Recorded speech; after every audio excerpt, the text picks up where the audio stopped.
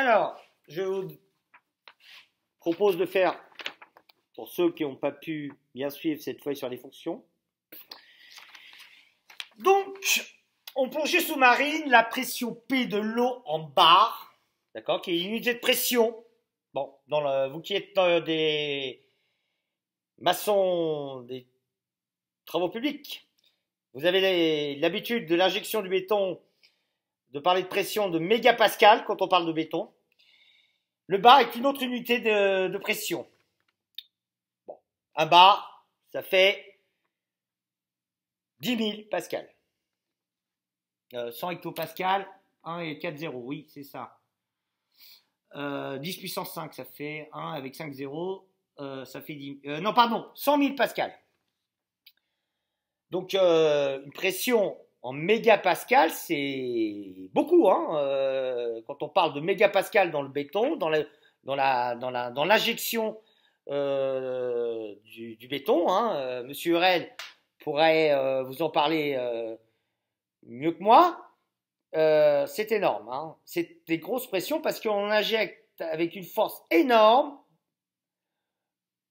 une quantité de béton sur une petite surface, donc ça fait vraiment une pression d'injection qui est très importante. Donc on parle vraiment en mégapascal quand on parle d'injection de béton. Donc voilà, c'est pour vous donner un petit peu on sort un peu des mathématiques, mais bon, c'est pas gênant. Et on a donc au plongée sous-marine, la pression P s'exprime en fonction de la profondeur H de la manière suivante, P de H, c'est-à-dire la pression en fonction de H est égale à 1 plus H sur 10. 1 plus H sur 10. Alors, on va y aller mollo. La variable, c'est quoi? C'est H. H, la profondeur.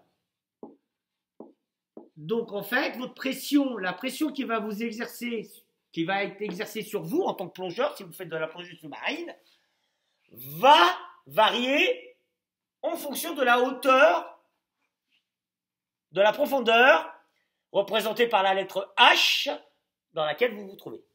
Et P de H, c'est la pression qui s'exerce sur vous à une hauteur H.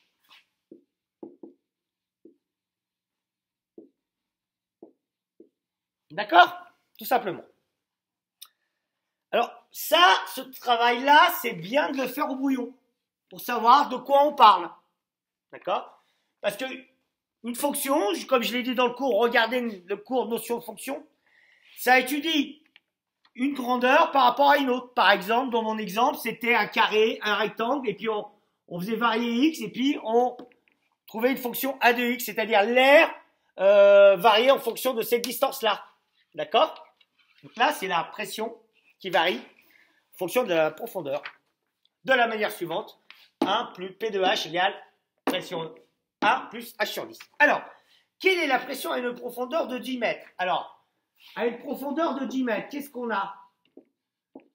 Profondeur de 10 mètres, ça veut dire H égale 10. Donc, calculer la pression à une profondeur de 10 mètres, ça revient à calculer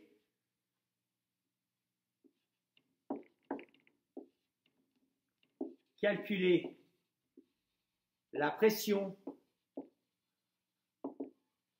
à une profondeur de 10 mètres, ça revient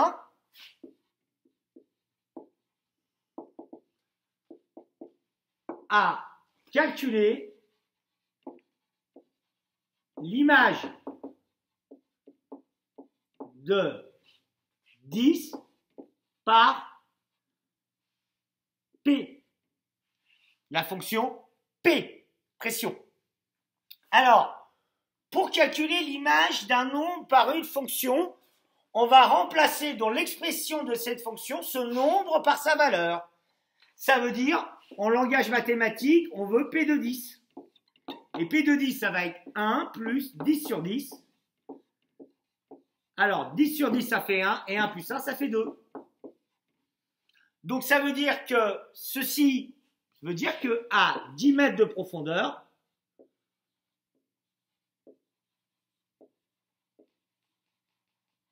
on a 2 barres de pression.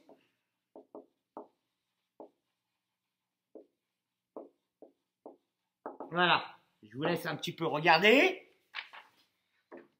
Faire pause, n'hésitez pas à faire pause s'il y a des choses que... Hein, mais normalement, c'est des exercices que j'ai fait en cours. Si vous étiez attentif, normalement, c'est des exercices qui ne doivent pas vous poser de problème. Mais bon, comme on n'est pas tout le temps attentif à ce que raconte M. Izikian, parfois, il y a des incompréhensions. Voilà. Bon, alors, maintenant, la question 2. J'efface. On nous demande la même chose, la pression à une profondeur de 25 mètres.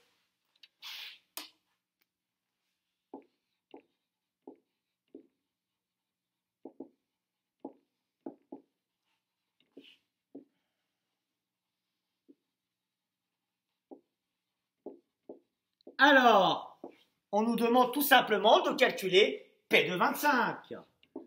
P de 25, je remplace H, la variable, par 25. Et donc ça va me donner 1, mon photo, 1 plus 25 sur 10.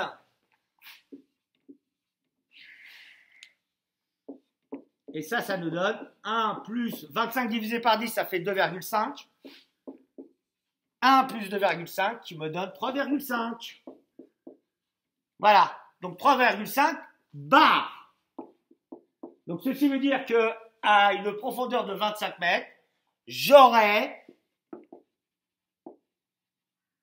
une pression de 3,5 bar. Tout simplement. D'accord? Ensuite, question 3. À quelle profondeur atteint-on une pression de 7,5 bar? Alors là, à quelle profondeur atteint-on... c'est quoi la question? Alors, je vais la noter. Question 3. Je laisse l'expression de ma fonction pour que ça soit clair pour tout le monde, qu'on ait ça sous les yeux. On nous demande à quelle profondeur... Ah oui, alors je note les questions pour ceux qui ont perdu leur énoncé. À quelle profondeur...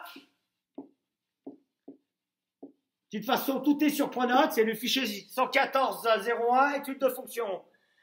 Atteint-on, à quelle profondeur atteint-on une pression de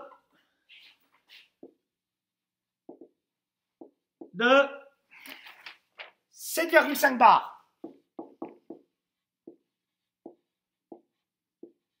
Alors, je veux savoir quelle est la profondeur à laquelle s'exerce sur le plongeur une pression de 7,5 bar. Ça veut dire que je connais la pression et je cherche la profondeur.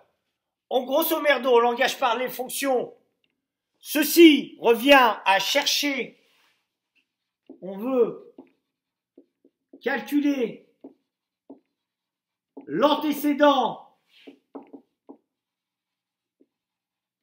de 7,5 par P, c'est-à-dire la fonction.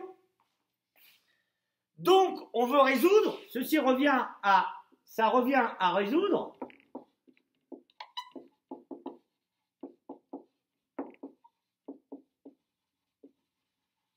l'équation P de H égale 0. P de H égale 7,5. D'accord? Donc, je connais P de H, la fonction. Donc, ça revient à faire 1 plus H sur 10 égale 7,5. D'accord? Alors, l'inconnu est H. Dans une équation, je isole l'inconnu par rapport au nombre que je connais. Donc, le 1 va passer ici. Donc, s'il traverse le signe égal, son signe va changer. Le plus 1 va devenir moins 1. Donc, ceci me donne h sur 10 égale 7,5 moins 1, ce qui me donne 6,5. D'accord? Ok? Donc, j'ai h sur 10 qui est égal à 6,5. Alors, je vais multiplier l'égalité par 10. Pourquoi? Parce que 10 divisé par 10, ça me ferait 1. Il me reste un petit h. Multiplier par 10, c'est décaler la virgule d'un rang vers la droite. Et donc, ceci va me donner h égale 65 mètres. Donc, pour arriver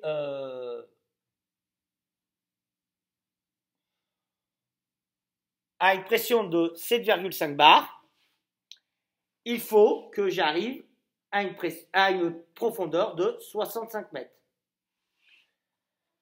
Alors, je vous laisse faire pause, je vous laisse pour bien noter, pour bien...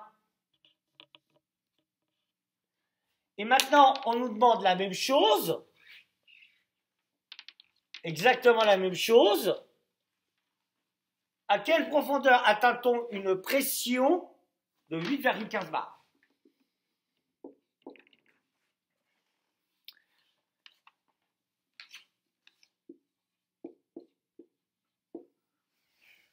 Ben, donc ça veut dire, on cherche l'antécédent de 8,15 par là. P, donc P de H est égal à 8,15, c'est-à-dire la pression. La valeur de la pression est égale à 8,15, n'est-ce pas? Donc ça va être égal à 1 plus H sur 10. Et je cherche la profondeur pour laquelle j'obtiens cette pression. Alors, c'est pareil, H est mon inconnu, ma variable de la fonction. Donc, je vais passer le 1 de l'autre côté. Ça me fait tout simplement H sur 10 est égal à 8,15 moins 1. D'accord? Donc, ça me fait H sur 10 est égal à 7,15.